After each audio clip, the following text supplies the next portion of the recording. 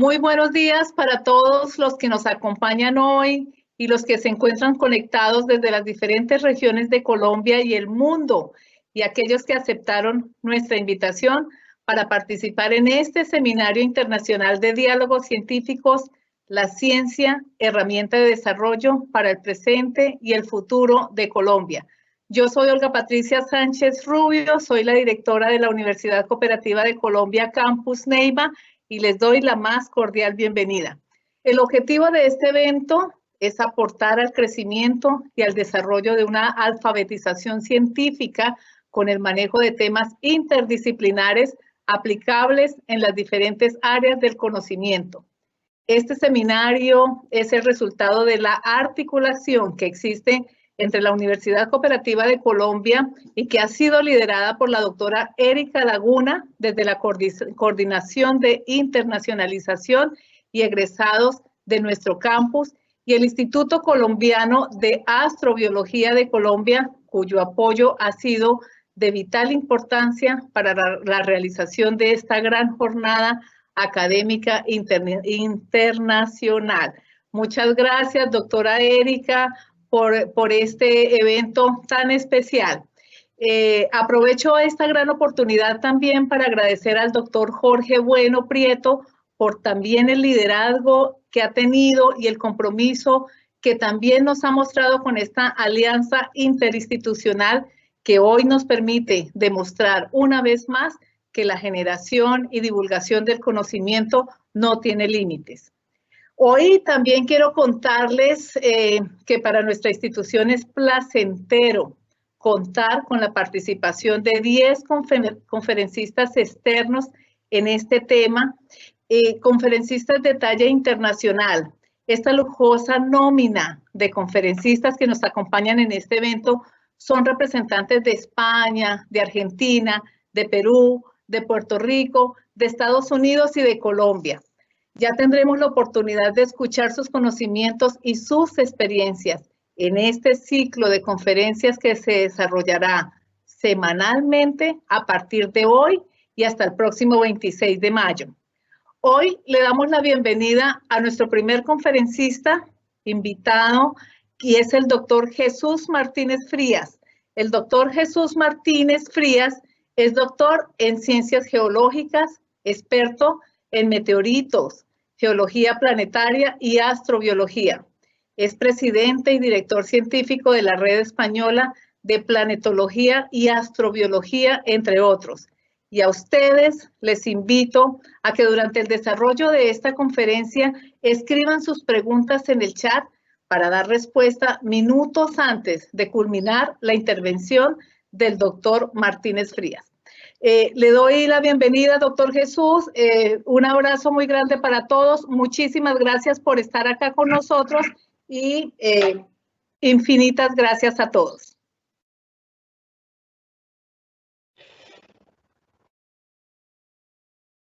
Muy bien, ¿puedo comenzar? Puede comenzar, doctor. Muchas gracias. Perfecto. Bueno, pues en primer lugar yo quería dar las gracias a los organizadores, quería darle las gracias a usted, doctora Olga Patricia Sánchez Rubio, al doctor Jorge Bueno, mi buen colega y amigo el doctor Jorge Bueno, a la doctora Andrea del Pilar Cruz Farfán, a la doctora Erika Laguna Rojas y por supuesto también a Holman Leonardo Rincón por todo el apoyo que me están prestando para que pueda impartir esta conferencia. Espero que las comunicaciones funcionen bien. Estamos todos confinados debido a esta trágica pandemia. Para mí habría sido un placer poder estar allí en Colombia. De hecho, estaba invitado por el doctor Jorge Bueno para participar en este evento, pero las circunstancias son las que son y me es imposible. Así que espero que las comunicaciones funcionen bien, ¿no? Es una gran responsabilidad para mí pues abrir como científico todo este ciclo de conferencias perteneciente a este seminario internacional. Yo creo que es un seminario importantísimo. En esta ocasión voy a hablar como científico, pero me gustaría mencionar que también en el pasado, cuando era más joven, aproximadamente en el 2000, tuve la oportunidad de representar a España en Naciones Unidas durante 4 años y durante 2 años fui el vicepresidente de la Comisión de Ciencia y Tecnología para el Desarrollo de la ONU. Y esto pues me abrió también la mente a otro tipo de perspectivas y a otro tipo de interconexiones, donde yo creo que las relaciones interinstitucionales con las relaciones científicas y con la sociedad pues cubren un amplio espectro en el que este entramado en algunas ocasiones tiene los límites bastante difusos. Como comentaba en el vídeo que me solicitaron para la presentación de este evento, yo creo que hay un aspecto importantísimo dentro de lo que es la socialización de la ciencia, y es que la ciencia es cultura. Cultura, como comentaba en este vídeo, no es solamente saber quién era Cervantes o Shakespeare, la cultura también es saber quién es Lyell, quién es Newton, quién es Einstein o quién es Darwin, ¿no? La ciencia nos rodea y, como decía Carl Sagan, realmente ahora se están tomando las decisiones políticas de manera muy importante. Estamos rodeados de ciencia y tecnología y, por lo tanto, es de crucial relevancia tener un cierto conocimiento de cómo funcionan las cosas a nuestro alrededor, de cómo funciona la naturaleza y el universo. A mí me ha tocado, dentro de mi especialidad, iniciarme con los orígenes, con lo que es la materia primitiva del sistema solar, y mi charla va a estar relacionada con esta temática, con el origen del sistema solar y la materia primitiva, fundamentalmente a través de los meteoritos. ¿Se ve bien? ¿Se escucha bien? Perfecto, doctor. Sí, doctor. Muy bien, como indico en esta diapositiva con este astronauta saludando, el progreso científico y tecnológico constituye un factor clave para el progreso de la humanidad. Yo creo que nosotros no somos conscientes de la importancia de la ciencia como cultura o como búsqueda del conocimiento. Muchas veces vivimos en ese cortoplacismo de tener resultados inmediatos sobre lo que estamos haciendo, de la importancia de la ciencia aplicada y de la ingeniería, que la tienen, pero yo también como científico quiero reclamar la importancia de la ciencia básica, de ese conocimiento que aparentemente no es importante y que fundamentalmente es lo que sustenta luego la aplicación de ese conocimiento, ¿no? Ahora lo estamos viendo con la pandemia, ¿no? ¿Quién nos iba a decir que era importantísimo saber pues, cómo funciona la fisiología de un murciélago, o por qué son importantes los virus, o cómo interaccionan los virus de los animales con los virus de los seres humanos, ¿no? Sí, o con el cuerpo humano, ¿no? Si a nosotros nos preguntaran si teníamos que dedicar dinero a esto, tal vez podríamos decir que por qué no se dedicaba a otros aspectos más importantes, ¿no? Y este es el gran error, el craso error, yo creo que existe, y es que no se considera la ciencia como un todo. La ciencia es absolutamente un todo uno con la ingeniería. No hay ciencia sin aplicación ni aplicación sin ciencia básica. Y yo creo que este es uno de los mensajes fundamentales que debería ser transmitido en este simposio relacionando ciencia y sociedad. Y también las humanidades y las ciencias sociales y las artes, porque si no, pues podríamos decir que para qué sirve escribir un poema o para qué sirve componer una sinfonía, ¿no? Y todos son distintas caras de la misma moneda en las que la creatividad humana pues surge de distintas maneras. Tan importante es saber cómo se construye un puente, como saber por qué Marte es de color rojo o por qué migran los elefantes, o por cualquier otra cosa. Nunca sabemos cuándo un descubrimiento como la electricidad, por ejemplo, que al principio no tenía ninguna aplicación, ahora es fundamental, ¿no? Entonces, yo creo que eso es uno de los aspectos que nosotros debemos reclamar. Y bueno, dicho esto, voy a la ciencia básica de los meteoritos. La investigación espacial es parte de todo este contexto de desarrollo. Muchas veces a mí me preguntan por internet que para qué sirve esto de la investigación espacial y me lo preguntan pues utilizando el internet o los teléfonos celulares, ¿no? Sin darse cuenta de que si están viendo un partido de fútbol en su casa es porque hay satélites orbitando alrededor de la Tierra o porque hay una nanotecnología y unas comunicaciones que así lo permiten, ¿no? Entonces, esto yo creo que es el mensaje fundamental que hay que transmitir a la sociedad, que estamos rodeados de ciencia y de tecnología y es muy importante considerar que esta ciencia y tecnología es un factor cultural importantísimo para nuestro desarrollo en Colombia, en España y en todo el mundo, ¿no? Nosotros, además, por lo menos los de nuestra generación, los de mi generación, somos la generación que está viviendo los primeros pasos que ha dado el ser humano al espacio. Y yo creo que esto es algo importantísimo que pasará a formar parte de las enciclopedias y los libros de historia en el futuro, dentro de 500 o 1000 años, se estudiará porque hasta hace aproximadamente medio siglo, hasta hace tan solo 50 años, los seres humanos solo podíamos movernos y desplazarnos dentro de nuestro planeta.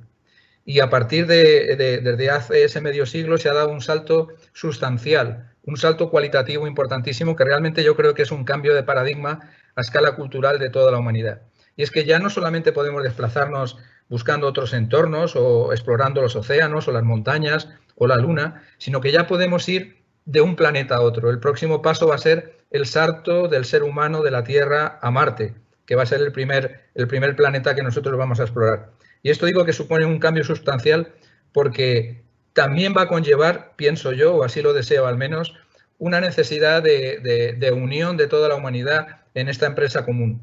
Yo creo que va a ser importantísimo que podamos trasladar nuestra cultura no de una ciudad a otra, no de un continente a otro, sino de un planeta a otro. Y esto va a conllevar un cambio general a escala de todo el ser humano, un cambio social también. Y por eso, si queremos embarcarnos en esta aventura de conocer nuestras futuras iniciativas hacia el espacio y cómo se conecta la ciencia con la sociedad, yo creo que es importante comprender cómo fue nuestro pasado y cómo fueron nuestros inicios. Por eso a mí me toca en esta charla hablar de la materia primigenia, cómo era esa materia primitiva a partir de la cual se formó la Tierra, se formaron los planetas y también nosotros mismos, porque nosotros como vida surgimos de esa materia aparentemente desconectada. Todavía no se sabe cómo fue el origen de la vida, se conocen los primeros rasgos, las primeras características de esos compuestos orgánicos, pero no se conoce al detalle cómo fue esa autoorganización que permitió que se desarrollaran primero los microorganismos más primitivos y después de 4.000 millones de años de evolución llegáramos a donde estamos ahora, ¿no? Y nos estamos preguntando si ese mismo proceso puede haber ocurrido en otro sistema solar o en otro planeta o en otro de los 4.000 o más de 4.000 planetas extrasolares que ya se han descubierto, ¿no? Por lo tanto, nosotros estamos solamente sacando la cabeza de la Tierra, estamos sacando la cabeza de la cuna, del huevo, que es nuestra Tierra, y en este medio siglo, y nos espera un futuro muy prometedor, ¿no? Y por eso yo creo que es importante para abordar ese futuro conocer nuestro pasado, ¿no? Y nuestro pasado lo conocemos a través de esa materia primitiva. Es curioso que yo, que soy geólogo planetario, que los geólogos no podamos conocer con precisión cómo eran las características de la materia primitiva a partir de la cual se generó todo, debido precisamente a la vitalidad geológica de la Tierra, que es lo que de alguna manera ha contribuido al desarrollo también de la vida.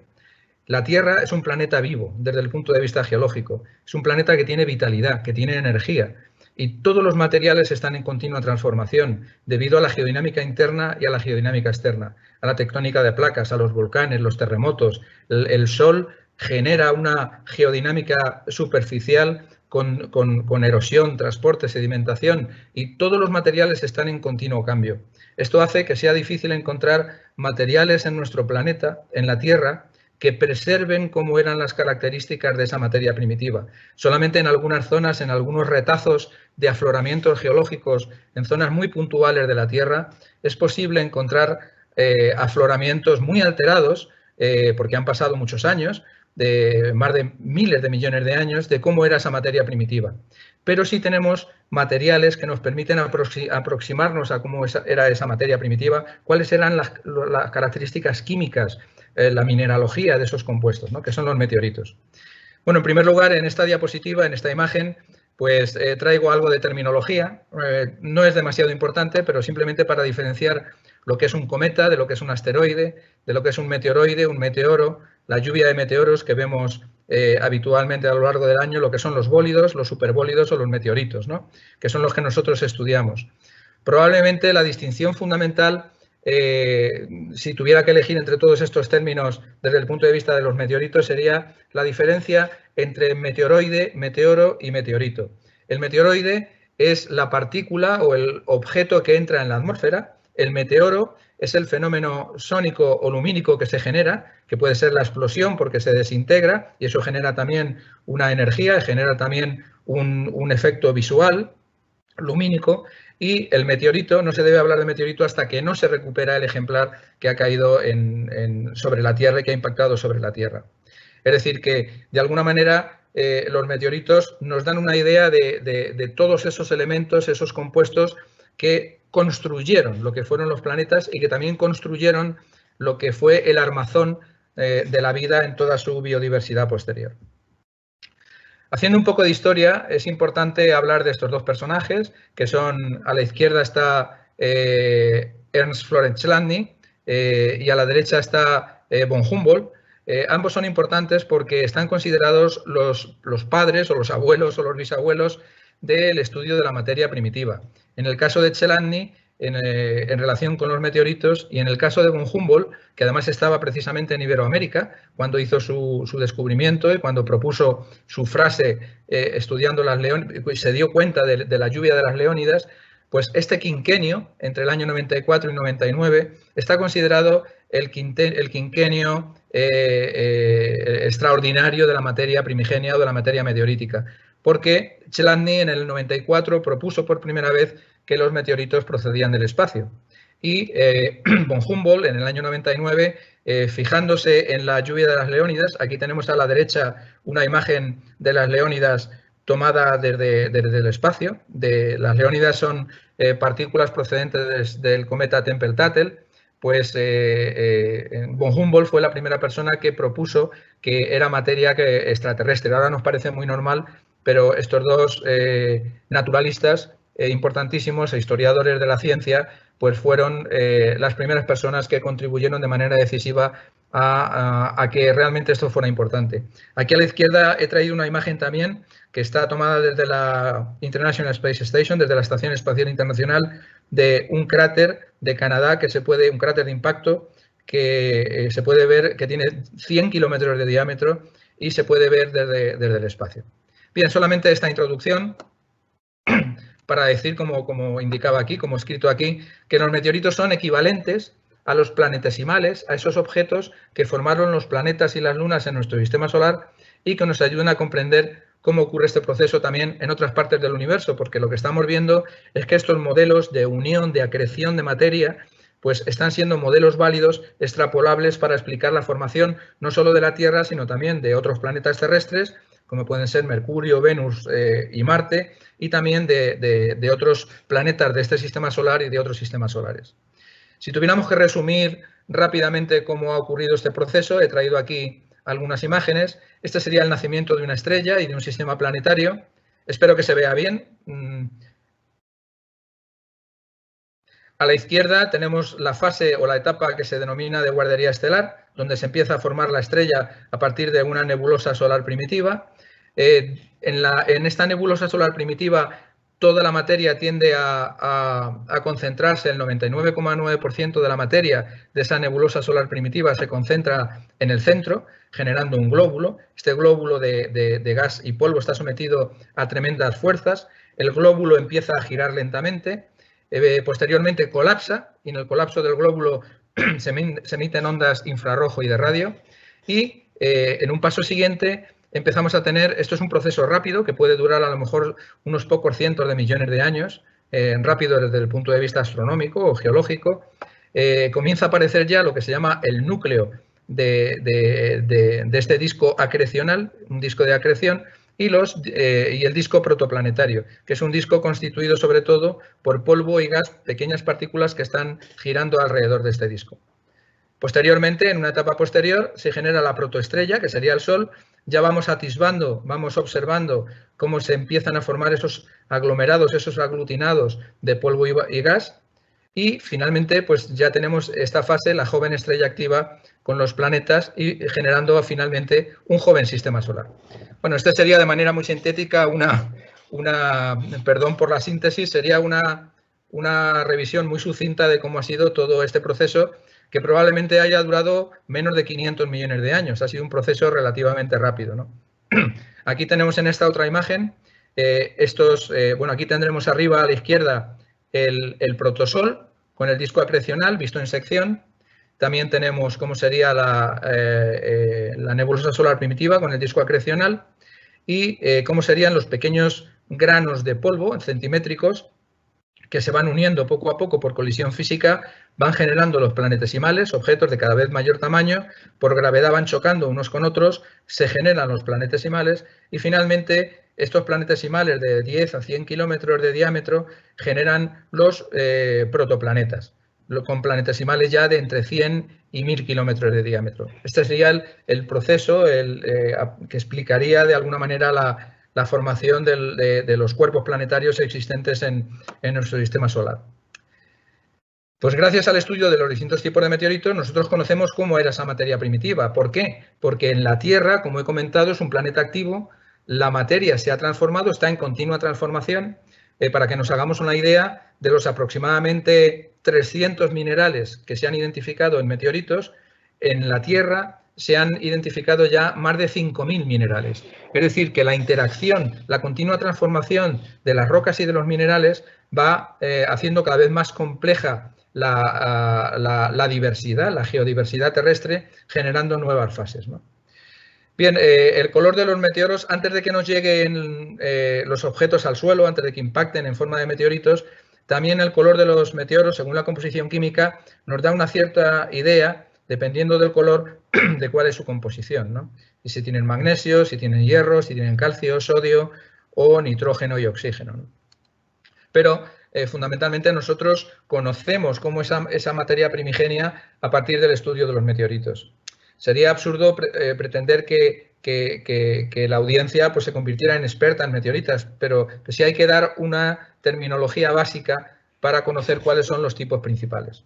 Los tipos principales de los meteoritos son los que están identificados aquí, los stony, que se denominan en español lititos o aerolitos, que son fundamentalmente rocosos, los stony irons, que son rocosos y metálicos, y los irons, que son fundamentalmente metálicos. Esta es la clasificación simplista. Dentro de los rocosos tenemos las condritas y las acondritas, y dentro de los siderolíticos, los mezclados, los palasitos y mesosideritos, y dentro de los sideritos, las hexaedritas, octaedritas y ataxitas.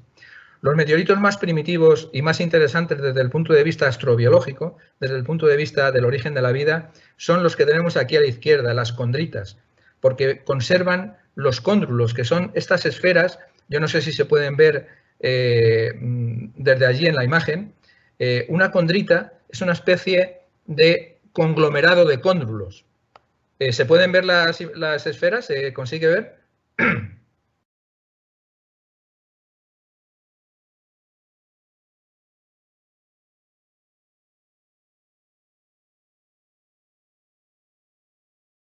¿Hola? Sí, señor, le escuchamos. Sí, señor. ¿Se consigue, se ven las pequeñas esferas que estoy marcando aquí? Sí, señor, claro que sí. Sí, señor.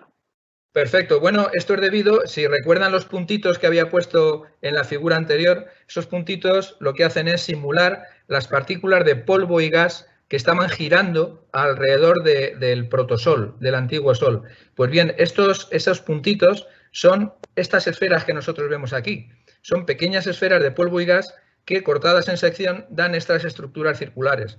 Cuando se van uniendo unas con otras, se van acrecionando, se generan objetos cada vez de mayor tamaño, y estos meteoritos condríticos, las condritas, se llaman así meteoritos indiferenciados, precisamente por eso, porque la materia no se ha diferenciado, no ha sufrido ese proceso de transformación que suele ocurrir en los grandes cuerpos planetarios, donde como consecuencia de las condiciones de presión y temperatura, los cóndrulos, estas esferas, estas bolitas, se van uniendo entre sí y con la matriz que los empasta, de manera que al final desaparecen los cóndrulos y se forman acondritas, se forman otro tipo de meteoritos. Por lo tanto, las más interesantes como más primitivas son las condritas, que son las que preservan mejor cómo eran las condiciones de la materia primigenia. Y no la condrita en sí mismo, sino precisamente estas pequeñas esferas que serían a partir de lo cual se ha generado todo.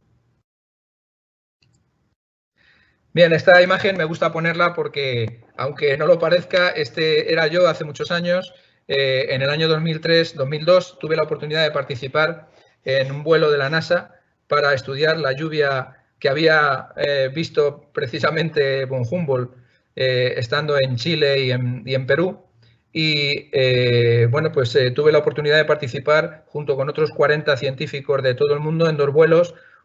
Un vuelo era de la NASA y otro de la Fuerza Aérea de los Estados Unidos, y yo estaba como investigador principal de un instrumento del Centro de Astrobiología, donde yo estaba antes, que era el Near Infrared Carbon Line, y bueno, pues tuve la oportunidad de observar la que yo creo que hasta el momento es la tormenta o la lluvia de meteoroides cometarios procedente del cometa Tempel-Tuttle más importante y más impresionante que ha habido en toda la historia.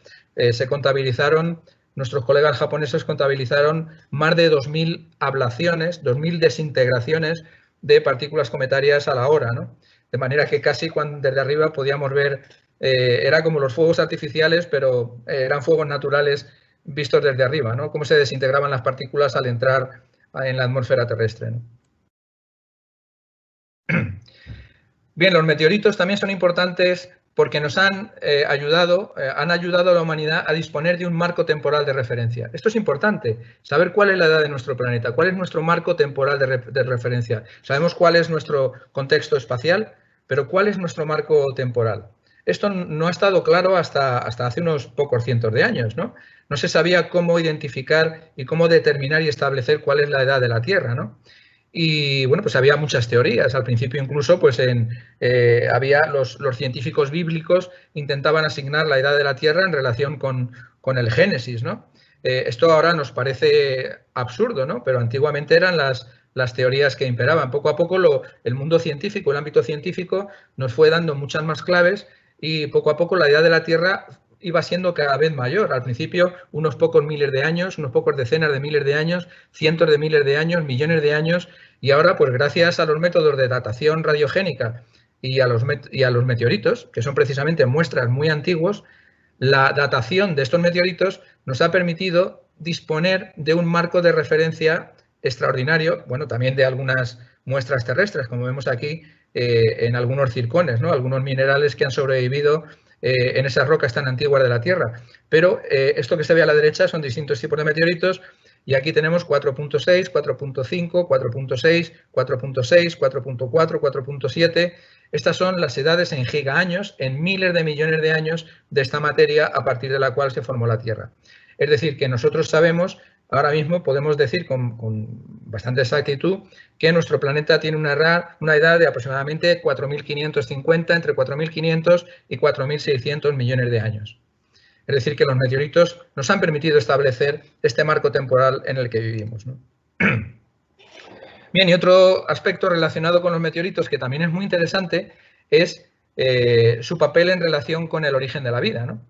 Porque los meteoritos tienen en ese papel constructivo, no solamente han traído esos compuestos inorgánicos como el agua y todos esos elementos que hemos identificado anteriormente cuando hemos visto los meteoroides con el color, sino también algunos meteoritos se caracterizan porque porque portan compuestos orgánicos.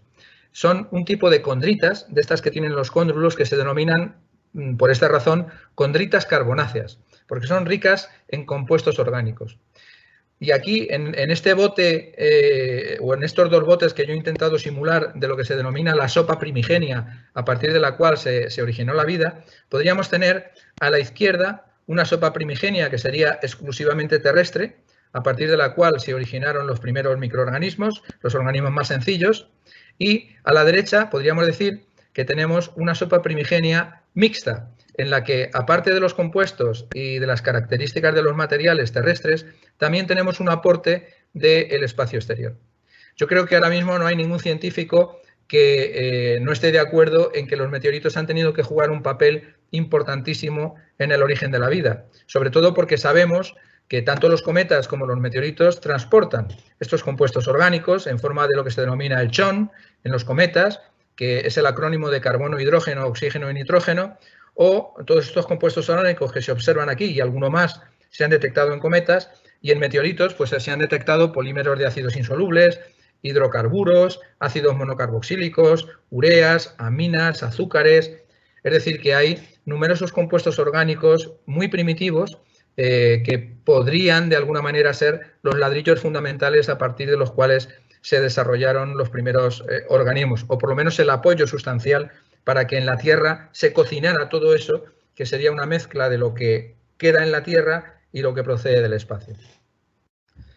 Bien, los meteoritos rápidamente también nos proporcionan información de otros cuerpos planetarios. Los meteoritos proceden fundamentalmente de los asteroides, del cinturón de asteroides que está orbitando entre Marte y Júpiter, pero el 99,9% de todos los meteoritos clasificados, porque todos los meteoritos tienen que estar clasificados, están catalogados en el Meteoritical Bulletin, en el Boletín Internacional. Si buscan en Google y ponen Boletín de Meteoritos o Meteoritical Bulletin, ahí están catalogados todos los meteoritos que están clasificados hasta el momento, dónde han caído, cómo se llaman. Los meteoritos tienen que tener el nombre del lugar donde caen, sus características, quién los aloja, todos están catalogados, ¿no? Pero también hay una pequeña fracción de meteoritos que proceden de Marte, que se han identificado recientemente, que se llaman SNICS. Este acrónimo de SNICS se refiere a los 3 tipos principales de meteoritos marcianos, de la SNC, que son la Shergotita, la Anaclita y la Chasignita. La Shergotita es un meteorito marciano que cayó en Shergoti, en la India. La Anaclita son los meteoritos marcianos que cayó, se llaman así por el que cayó en Nakla, en Egipto, y la Chasignita por el que cayó en Chasigny, en Francia. Y de la Luna, aparte de los más de 380 kilos de rocas lunares que trajeron los astronautas de las misiones Apolo, también caen de la Luna meteoritos que son atrapados por la gravedad de la Tierra y podemos recuperarlos. Es lo que se llaman las lunaitas, son meteoritos lunares y que se pudieron reconocer gracias precisamente a esas rocas traídas en las misiones Apolo. Pues bien, ya sabemos, ya tenemos una idea más o menos general de por qué son importantes los meteoritos desde el punto de vista constructivo. Ahora incluso desde el punto de vista de la ingeniería hay otros aspectos y hay algunos compuestos que están presentes, algunas aleaciones presentes en los meteoritos que están sirviendo y están siendo muy importantes como nuevos materiales o para la fabricación de nuevos materiales. Pero bueno, esta es otra historia y otra conferencia que tal vez en el futuro podamos abordar. Aquí tenemos un ejemplo del meteorito marciano probablemente más importante, fue el meteorito ALH 84001. Este meteorito fue importantísimo en el año 96, gracias a un artículo publicado en la revista Science por el profesor David McKay y otros colaboradores. Es un meteorito que se recogió en la Antártida, en la zona de Allan Hills, en el año 84, y lleva el número 1 porque fue el primero que se catalogó cuando llegó al laboratorio. Pues bien, en este meteorito encontraron unas características mineralógicas y químicas muy singulares. Simplemente comentárselo a ustedes para que lo sepan. Encontraron lo que nosotros llamamos unas paragénesis, unas asociaciones de minerales muy características, como vemos aquí, lo que se llaman los orangets, que son unas asociaciones de minerales ricas en carbonatos que en su interior tenían también óxidos y sulfuros. Y también una serie de morfologías y características que a los autores les hicieron sugerir en el artículo que podrían ser restos de actividad de vida pasada en Marte. Obviamente se formó toda una revolución y a partir de aquí, bueno, pues poco a poco ha habido muchísimos estudios, muchísimas investigaciones. Yo tuve la oportunidad de conocer en persona al profesor David McKay cuando vino a España y estuvo en Río Tinto.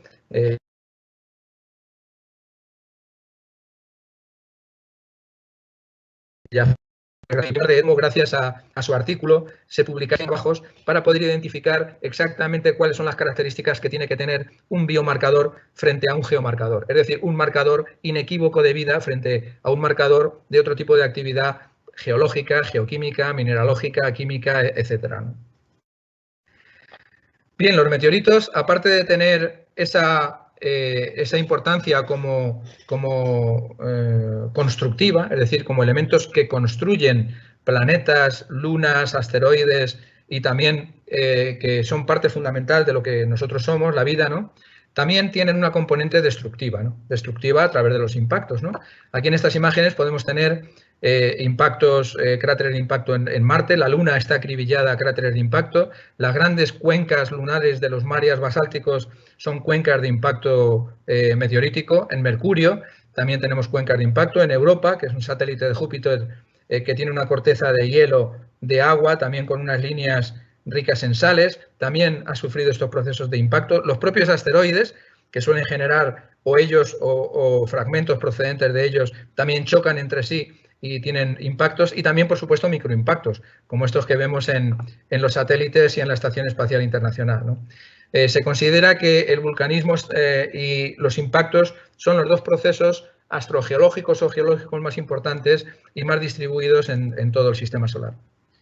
Bien, dentro de estos aspectos destructivos es importante también tenerlos en cuenta en relación con nuestro pasado, porque los impactos han generado transformaciones de los ambientes, transformaciones a escala global, cuando estos impactos son de naturaleza global, afectan al clima y, por supuesto, afectan no solamente a la modificación de los ambientes, sino también a la modificación de las especies que viven en ellos, ¿no? Sobre todo las que son más sensibles. Ahora están muy bien reconocidos los impactos y las huellas de impacto, pero hay que decir que no fue hasta 1960 que Eugene Shoemaker confirmó el origen meteorítico del Barringer Meteor Crater en Arizona. Shoemaker fue el padre, está considerado el padre de la astrogeología, fue instructor de astronautas. Bueno, yo tengo la suerte y el honor también de participar durante estos últimos años en un curso como instructor de astronautas de la Agencia Espacial Europea, pero bueno, esto también es otra historia. Shoemaker es, por así decirlo, el gran padre o el abuelo de la instrucción de astronautas y de los estudios de la geología planetaria y también en parte algo de la astrobiología, ¿no? Actualmente, teniendo en cuenta la actividad geológica de la Tierra, que lo transforma todos los paisajes, transforma los continentes, están en continuo movimiento las placas, a pesar de ello, aún se pueden reconocer más de 180 estructuras de impacto confirmadas en nuestro planeta. Estas imágenes están tomadas de la base de datos de impacto más rigurosa, desde mi punto de vista, que es la base de datos de la Universidad de New Brunswick, y bueno, en ella están catalogadas y caracterizadas todas las estructuras impactogénicas que se han descubierto hasta el momento en la Tierra. Aquí he traído algunas imágenes de algunas de ellas. Aquí tenemos el Barringer Meteor Crater, que es muy famoso en Arizona, con 1,18 kilómetros de diámetro. El cráter de Tinummer, en Mauritania, con menos de 2 kilómetros. El de Nuevo Quebec, en Canadá, con 3,4 kilómetros. Aurunga, en el Chad, con 17 kilómetros de diámetro. Tenemos que imaginar el objeto que generó estos cráteres, ¿no? Tan grandes, ¿no? Los lagos Clearwater, en Canadá, de 22 y 32 kilómetros. Y el que habíamos visto antes desde la Estación Espacial Internacional, que es el de 100 kilómetros de diámetro, que es el cráter Manicouagan, en Canadá, ¿no? Bien, por supuesto, estamos expuestos al riesgo de los impactos, son un riesgo y un peligro, y cuanto más conocemos sobre ellos, más conscientes somos de estos riesgos y de estos peligros. Esto ocurre muchas veces en la ciencia, ¿no? En la búsqueda del conocimiento, como los virus, ¿no? Hasta que no somos conscientes, aunque son microscópicos e invisibles, de que están ahí, no somos conscientes de que representan un riesgo o un peligro para nosotros. Con los asteroides pasa lo mismo. Aquí en esta imagen superior izquierda podemos ver la densísima nube de objetos que se han descubierto, más de 500.000 de objetos que existen con distintos tamaños, ¿no? Los grandes impactos, como dice aquí, pues han contribuido a modificar ambientes y también pues a que determinadas especies desaparezcan y otras sigan, ¿no? Hasta el momento se han identificado en nuestro planeta, a lo largo de la historia geológica de la Tierra, 5 grandes extinciones, ¿no? Estas 5 grandes extinciones, hay todo un debate sobre cada una de ellas, si se han producido, pues, sobre todo eventos volcánicos, climáticos o grandes impactos o una combinación de todos ellos. Y ahora pues estamos en lo que se denomina la posible nueva sexta extinción, que esto da lugar también a otra charla en la que nosotros ahora como seres humanos podríamos ser un elemento de extinción, ¿no? Porque estamos afectando negativamente y desgraciadamente a todo nuestro planeta y a los ecosistemas que en él existen, ¿no? Bien, el cráter, uno de los cráteres de mayor tamaño, se ha descubierto otro mayor, pero uno de los de mayor tamaño que se ha descubierto es el cráter de Chicxulub, en el Golfo de México, que tiene más de 170 kilómetros de diámetro. Algunos autores apuntan a que esta estructura podría tener incluso más de 300 kilómetros de diámetro, y es interesante porque, bueno, corresponde al impacto del límite Cretácico terciario, y por eso he puesto aquí a este personaje, a este dinosaurio, ¿no? Y responsable de la extinción de los dinosaurios y otras especies. Bien, en relación con los estudios de meteoritos, pues yo he realizado numerosos estudios sobre distintos tipos de meteoritos, también marcianos, y también en los impactos. Este personaje que está aquí también soy yo en una campaña que hicimos hace unos años, en el 2007, a Mauritania, al desierto del Sáhara, donde tuve la oportunidad con colegas de Canarias y también con catedráticos y profesores de de la península de estudiar distintos cráteres de impacto en el desierto, ¿no? Bien, el evento de impacto más reciente que hemos podido observar, y yo creo que más espectacular, es el evento, tal vez alguno de ustedes lo recuerde, porque ha salido en todas las noticias, en todos los medios, es el evento de Chelyabinsk, en Rusia, que ocurrió el 15 de febrero de 2013, el bólido, la bola de fuego, que es un meteoro de gran magnitud. Bueno, pues se pudo recuperar un meteorito del fondo de este lago helado de más de media tonelada y muchísimos fragmentos como estos que vemos aquí. Bien, los meteoritos también se pueden estudiar realizando simulaciones computerizadas, ¿no? Esta es una de las 22 escenarios de impacto que realizamos para un informe sobre riesgos de impacto para el departamento, actualmente el Departamento de Seguridad Nacional de Presidencia del Gobierno de España, donde pues ellos disponían de escenarios de crisis, de situaciones de crisis sobre distintos temas, terremotos, volcanes, bioinformática, pero bueno, pues me solicitaron que desarrolláramos los escenarios de crisis relativos a posibles grandes impactos. Realizamos 22 escenarios de impacto, este es uno de ellos, donde simulábamos, pues, por ejemplo, el impacto de un objeto metálico de 300 metros a una velocidad de 12 kilómetros por segundo. Para ello utilizábamos unos programas soviéticos, son los programas Hydrocode, donde pues, podíamos introducir agua, sustrato rocoso, si el objeto, el impactor, era metálico, era silicatado, era hielo, y de alguna manera podíamos saber cuál era la energía de impacto, a qué distancia llegarían los eyecta, es decir, los materiales eyectados, la sismicidad, los terremotos asociados a estos impactos, si hay radiación o no la hay, etcétera, etcétera. De alguna manera, estos escenarios simulados también nos ayudan a comprender los escenarios reales, porque luego podemos hacer una especie de retrospectiva y estudiando en el ordenador, en las computadoras, estos impactos, podemos, una vez conocido el tamaño del cráter y las características de las rocas, pues poder de alguna manera inferir cómo era el impactor que generó ese cráter, ¿no? En relación con los meteoritos, el mayor meteorito del mundo que se conserva es el de Jova, que está en Namibia. Es una ataxita, es un meteorito siderítico, es decir, rico en hierro-níquel, sobre todo en níquel. Las ataxitas son muy ricas en níquel, pueden tener hasta un 60% de níquel. Este es otro tema, porque también son los recursos minerales que hay asociados a la Luna y a los asteroides. También otro tema muy interesante para el futuro de la habitabilidad humana. Y bueno, pues este objeto pesa unas 60 toneladas, está en un museo al aire libre y tiene unas dimensiones de aproximadamente 3 por 2,80 metros, ¿no? Bien, aquí en España somos más modestos. El mayor meteorito que tenemos cayó en Molina de Segura, en Murcia, pesó 144 kilos y nosotros también, bueno, pues lo estudiamos. Además estudiamos todas las circunstancias de caída, que fueron muy curiosas, porque cayó además en la Nochebuena. Cayó en la Nochebuena el 24 de diciembre de 1858. Pudimos encontrar el documento original, además de cesión del meteorito al Museo Nacional de Ciencias Naturales, que es donde se encuentra, y en la localidad de caída pues han hecho también un pequeño museo con una sala específica donde han situado una pieza simulando ser el meteorito, ¿no? Entonces, el meteorito original está en el museo, ¿no? Pero, bueno, pues este meteorito también es una forma de que los estudiantes se acerquen y conozcan cosas que han ocurrido en su tierra que son importantes, ¿no? Bien, los meteoritos, ya para terminar, decir que están siendo importantísimos, nos están dando muchísima información sobre lo que nosotros vamos a poder encontrar en Marte. Hay algunos descubrimientos sobre las rocas y los minerales que se han hecho en los meteoritos marcianos, que luego posteriormente se ha confirmado gracias a los rovers y a los landers que están en Marte. Y es por ello porque los meteoritos pues, bueno, pues nos ayudan, como decía al principio, a conocer nuestros orígenes.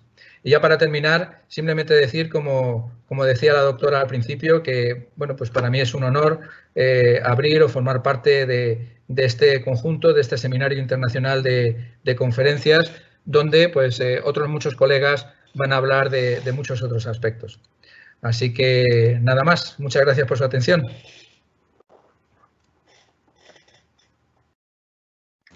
Doctor, muy buenos días. Tenemos unas preguntas por parte de las personas que asistieron a la conferencia.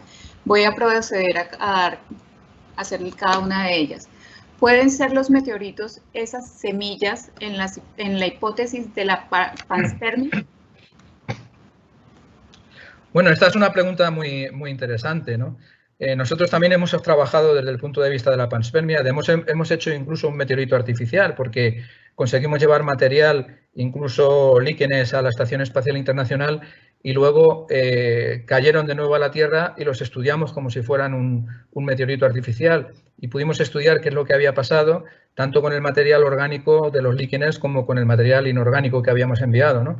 Esto es un artículo que publicamos a través de un estudio de la doctora Rosa de la Torre, del INTA, del Instituto Nacional de Técnica Aeroespacial, que es la investigadora principal del proyecto y buena colega y buena amiga.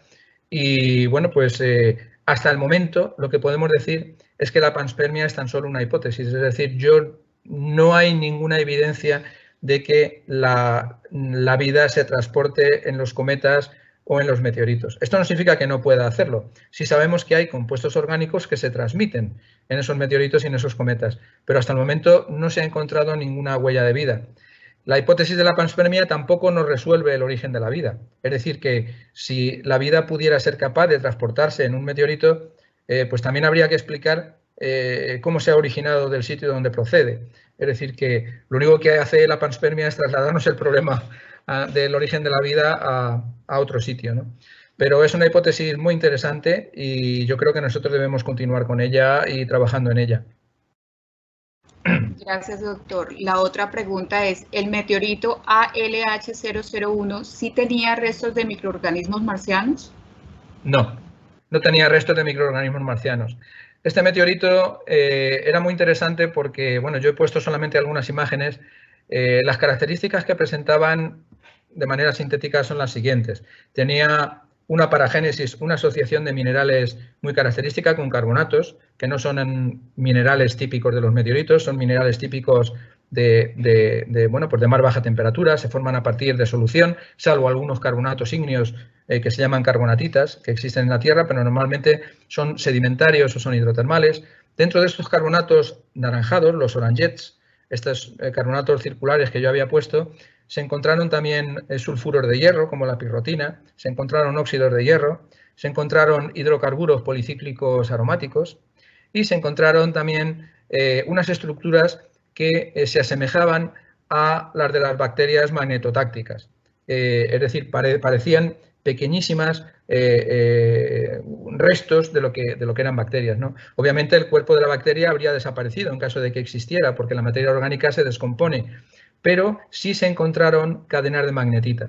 Estas cadenas de magnetita fueron muy interesantes porque se intentó de alguna manera ver si esas cadenas de magnetita eran similares a las cadenas de magnetita que constituyen, por así decirlo, el esqueleto de las bacterias magnetotácticas, es decir, eran magnetitas biogénicas o eran magnetitas abiogénicas, ¿no? Entonces los estudios no han sido concluyentes en ningún caso. Este meteorito, como comentaba en la charla, ha sido importantísimo para establecer todos los pros y todos los contras. De alguna manera ha abierto la puerta, desde el año 96 ha abierto la puerta a todos los estudios astrobiológicos para identificar y establecer lo que es un auténtico biomarcador, ¿no? Y para que se establezca un biomarcador, ahora mismo la definición más apropiada es la del doctor Simonet, donde un biomarcador tiene que ser un compuesto orgánico que procede de manera inequívoca de la actividad metabólica de un organismo, o ser un resto de él. Si no cumple estos requisitos, no está considerado un biomarcador. Por eso va a ser muy difícil encontrar estos restos de huella de vida, sobre todo de manera remota en Marte o en cualquier otro objeto. Va a ser muy difícil, ¿no? Sobre todo si es un resto de vida que existió a lo mejor hace 2.000 o 3.000 millones de años, ¿no? Si ya tenemos dificultades para establecer cuándo fue con precisión el origen de la vida en la Tierra, porque hay, hay elementos que no está claro si son orgánicos o inorgánicos en las rocas más antiguas de nuestro planeta y no podemos saber si la vida empezó hace 3.800 o hace 4.000 o hace 4.100 millones de años porque no tenemos claro cómo fue y aquí tenemos todas las herramientas a nuestra disposición, pues más difícil va a ser conseguirlo en el espacio. Pero no, el meteorito ALH 84001 no tenía ningún resto de vida ni de su actividad.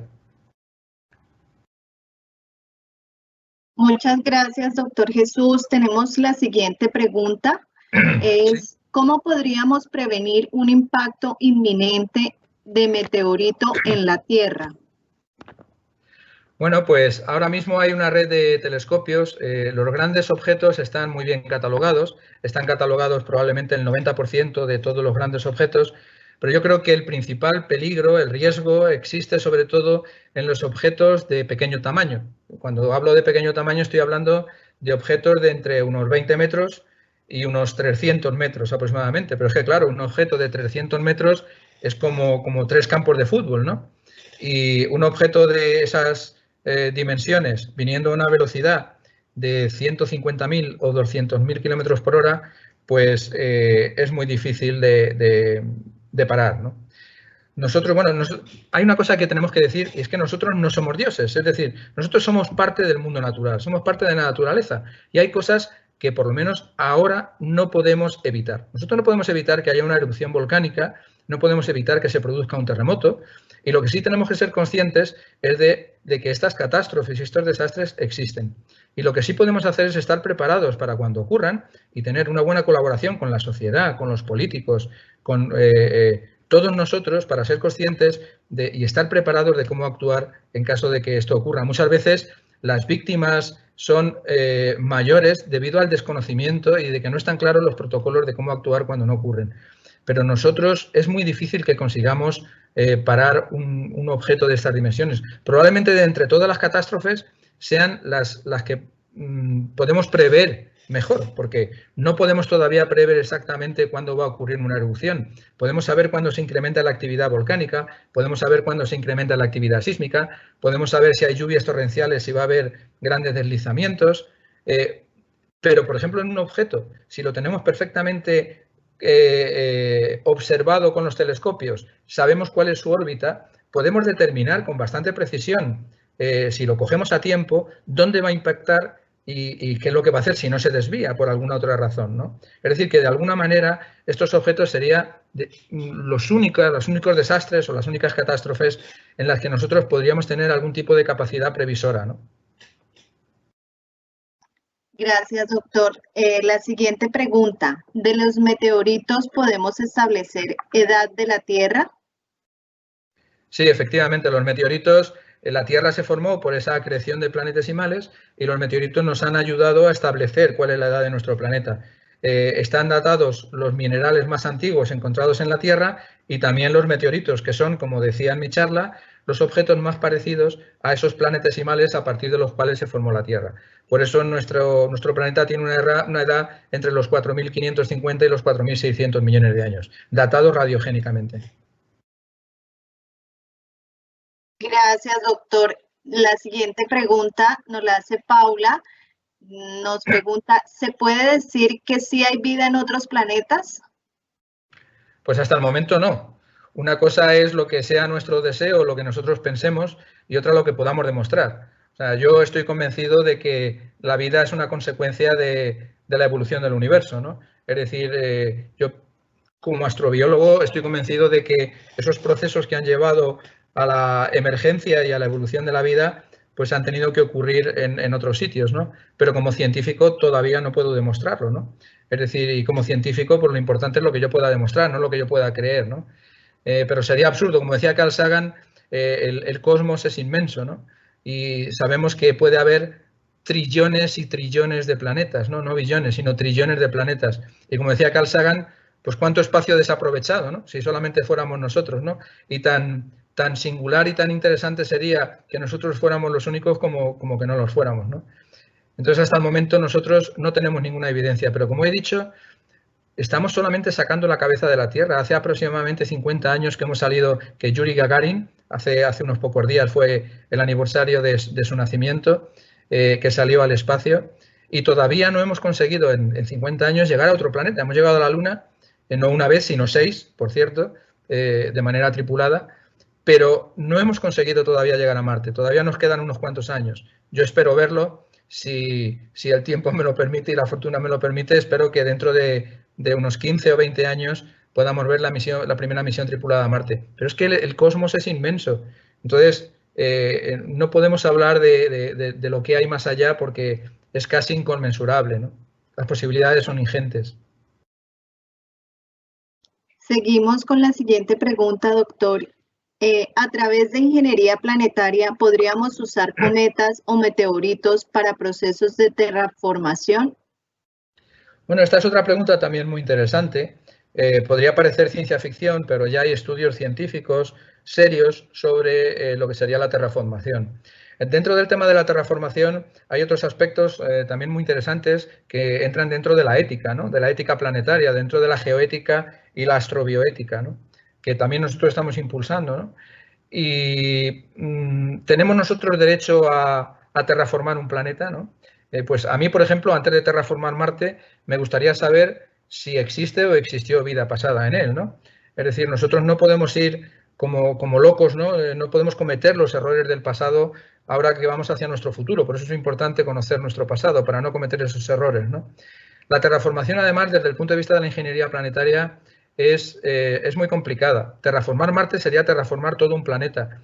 Y un planeta, como todo sistema, tiende a sus condiciones de equilibrio actuales, ¿no? Marte se encuentra mucho más lejos del Sol, se encuentra entre 40 y 500 millones de kilómetros del Sol, dependiendo de la órbita que esté más cerca o más lejos del Sol, ¿no? Y terraformar Marte e intentar que Marte tuviera las condiciones de nuestro planeta implicaría, desde mi punto de vista también, estoy hablando del más cercano, otros serían muchísimo más difíciles, ¿no? Sería también pues un proceso de alguna manera sostenido en el tiempo. Es decir, Marte tendería a volver a sus condiciones actuales de equilibrio y desde el punto de vista de la ingeniería tendríamos que tener algún tipo de mecanismo dispositivo que estuviera continuamente procesando para que Marte no volviera a sus condiciones de equilibrio, sino que estuviera terraformado con las formaciones de la Tierra, ¿no? Yo personalmente, mi opinión personal, es que nosotros no vamos a terraformar Marte, por lo menos ahora, en los próximos 100 o 200 años, que es la escala temporal en la que nos podemos mover, pero nosotros sí podemos adaptarnos gracias precisamente a nuestra inteligencia. No es que seamos extremófilos, porque los organismos extremófilos lo que hacen es que se adaptan para resistir esas condiciones, pero nosotros tenemos cerebro y gracias a ese cerebro pues podemos viajar en un avión a 60 bajo cero, con una presión muy baja y con mayores dosis de radiación, por ejemplo, leyendo el periódico. Es decir, podemos adaptar los hábitats a nuestras condiciones. Entonces yo lo que sí estoy convencido es de que vamos a poder tener hábitats adaptados en Marte como misiones semipermanentes o permanentes como las tendremos en la Luna. Yo creo que la Luna y Marte van a ser los dos primeros pasos. La terraformación yo creo que aún nos queda bastante lejos, a no ser que se descubra haya un descubrimiento revolucionario en aspectos de ingeniería planetaria, ¿no? Doctor, la siguiente pregunta nos la hace Leonardo Zárate. ¿Cuál es la mayor repercusión que dejan los residuos de los meteoritos en la Tierra? Bueno, las repercusiones depende del tamaño y de las características, ¿no? Los meteoritos, como hemos visto, no son todos iguales, no tienen todos la misma composición. Unos son más ricos en fases metálicas, otros más ricos en fases silicatadas. Pero normalmente cuando impacta un objeto de grandes dimensiones, la onda de choque que precede al impacto genera una explosión gigantesca, como cientos de bombas atómicas, ¿no? Eso genera que la energía se disipe de manera isótropa, es decir, se disipe de la misma manera por igual en todas las dimensiones, y por eso los cráteres son cráteres normalmente circulares, porque es la transmisión isótropa de la energía como consecuencia del impacto, ¿no? Que genera una estructura circular, ¿no? Esta estructura circular, si el impacto es gigantesco, lo que hace es que esos eyectas, el material eyectado puede llegar a miles de kilómetros, sobre todo si alcanza la estratosfera, alcanza por encima de los 15 o 20 o 25 kilómetros de altitud, y al llegar a la estratosfera de nuestro planeta, entonces, como su propio nombre indica, la estratosfera lo reparte por igual alrededor de todo el planeta. Y puede haber huellas de ese impacto que luego vuelve a caer, ese polvo del impactor con el material vuelve a caer y puede contaminar muchas otras zonas, ¿no? Es decir, los efectos del impacto pues pueden ser las anomalías generadas de iridio u otros elementos en los que está enriquecido el impactor. Doctor, la siguiente pregunta nos la hace Juan Antonio Fernández. ¿Hasta qué punto las leyes protegen el hallazgo de un meteorito? Bueno, esta es una pregunta muy interesante. Imagino que puede que sea Juan Antonio Fernández, mi buen colega español, ¿no? Andaluz, ¿no? Y es una pregunta muy interesante porque existen leyes muy diversas. Es decir, la UNESCO reconoce la importancia como patrimonio de la humanidad de los meteoritos, precisamente porque conservan estas claves de cómo fue la materia primigenia y por muchos otros aspectos, pero las leyes varían dentro de los diferentes países e incluso dentro de los países, dentro de las regiones, las comunidades autónomas, tienen leyes específicas. En España, nosotros, no fue hasta hace muy poco tiempo, nosotros impulsamos, además, en colaboración con la Sociedad Geológica de España, ya desde hace mucho tiempo impulsamos que hubiera una protección de los meteoritos como parte de nuestro patrimonio cultural. Y en España los meteoritos son parte desde el año 2007 del patrimonio geológico del Estado, igual que los minerales, los fósiles u otras estructuras del patrimonio natural forman parte del patrimonio geológico del Estado. Esto lo que tiene que hacer es reglamentarse bien, es decir, nosotros tenemos una ley, que es la Ley del Patrimonio Natural y la Biodiversidad, donde encajan estos meteoritos, pero lo que tiene que haber es un desarrollo reglamentario. Y todavía existen muchos huecos, muchos vacíos legales en esta ley que hace que, bueno, pues no se realicen adecuadamente, por decirlo de la manera más diplomáticamente posible, pues todo lo necesario desde el punto de vista legal y también desde el punto de vista ético, porque aquí, como en todo, pues hay aspectos legales y aspectos éticos que priman, ¿no? Pues desde el tráfico ilegal de meteoritos hasta pues, el engaño con respecto a los meteoritos para vendérselo a los museos, muchos aspectos relacionados con los meteoritos que desde mi punto de vista necesitan ser protegidos por el Estado. El Estado necesita proteger su patrimonio cultural, su patrimonio arqueológico, arquitectónico y considerar también que estas muestras, que son únicas, porque no podemos ir a buscarlas, son muestras esenciales que nos hablan sobre nuestros orígenes y yo creo que también deben ser protegidas. Doctor, muchas gracias. En realidad tenemos muchas preguntas, pero pues queríamos consultar previamente la disponibilidad de seguir respondiendo. Hay muchas otras preguntas. No sé, pues podemos responder a 2 o 3 más. Perfecto, muchas gracias. Entonces la siguiente pregunta nos la hace Karen Penagos. Nos pregunta, ¿es importante el meteorito que cayó hace unos días en Perú, el 15 de abril? Bueno, yo no conozco en detalle el caso, ¿no? Y tampoco he hablado con colegas al respecto. Creo que todavía es pronto, no hay ninguna publicación científica sobre la caracterización del ejemplar en detalle, ¿no? Y si la hay, no la conozco, ¿no? Pero, como decía anteriormente, por supuesto que es importante. Los meteoritos son importantes y mi recomendación sería que lo estudiaran en detalle y que enviaran, en principio, un resumen al Meteoritical Bulletin, aunque fuera una pequeña ficha preliminar, y luego posteriormente que hicieran un estudio más detallado y lo intentaran publicar en Meteoritics and Planetary Science o en cualquier otra revista del tema. Yo creo que es importantísimo tener un buen registro de todas estas piezas porque todas ellas llevan una información que es sustancial e importante, ¿no? Bueno, la siguiente pregunta nos la hace Walter.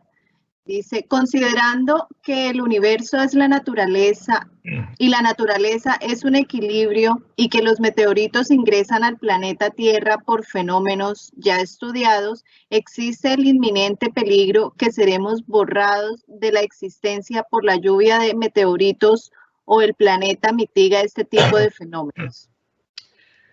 Bueno, yo quiero decir, los meteoritos, el riesgo de impacto, los peligros asociados a la caída de meteoritos existen. Es decir, los riesgos impactogénicos existen.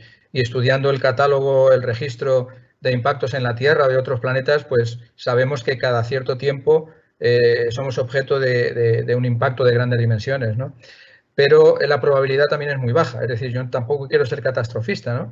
Tenemos numerosas catástrofes naturales y la verdad es que nosotros estamos actuando de manera muy irresponsable con nosotros mismos y tal vez nosotros seamos nuestra principal causa de extinción, ¿no? Aunque sea paradójico, ¿no? Yo creo que nosotros ahora mismo nos estamos dando cuenta en esta pandemia, No sé ustedes allá en Colombia, pero aquí en España con la pandemia se ha limpiado todo, se empiezan a escuchar los pájaros. En cuestión de un mes o un mes y medio, la naturaleza pues se ha vuelto a revitalizar de una manera tremenda, ¿no? Entonces nosotros estamos siendo también casi un agente de extinción, ¿no? Con esto no quiero quitar importancia a los meteoritos, los impactos existen, esto va a ocurrir, pero la vida va a continuar. La vida es mucho más robusta que nosotros.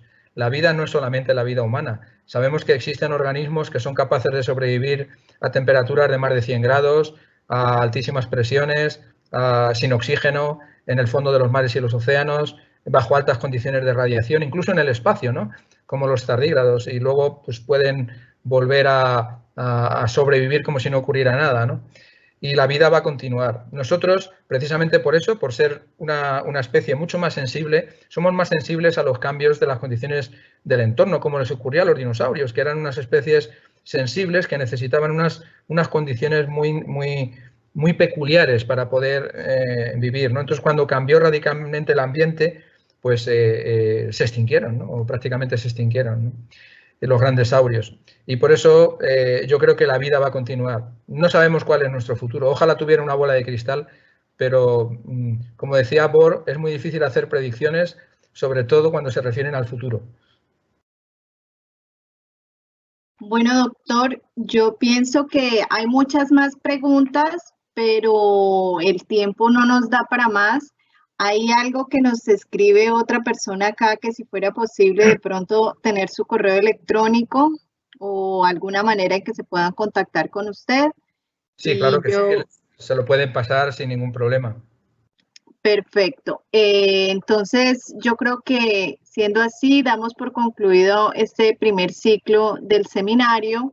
Les queremos agradecer mucho a todas las personas que se conectaron, que estuvieron pendientes. Invitarlos, por supuesto, a que se conecten en nuestro siguiente ciclo, que es el día 23 de abril a las 10 de la mañana. Tendremos a la doctora Esther Lázaro desde España también, hablándonos sobre virología. Entonces, agradecerles mucho, doctor, muchas gracias por su tiempo, por su disposición para acompañarnos hoy. Al Instituto Colombiano de Astrobiología, por supuesto, también nuestros agradecimientos. Esperamos que sigan muy activos participando de este seminario y, por supuesto, los esperamos el 23 de abril nuevamente a las 10 de la mañana. Pues un saludo para todos y muchas gracias y enhorabuena por este seminario internacional. Doctor, muchísimas gracias por su colaboración, por sus aportes. Sabemos que fue de vital importancia en toda la comunidad de asistentes. Muy bien, gracias a ustedes. Gracias y un feliz día para todos. Feliz noche, doctor. Igualmente, feliz día para ustedes.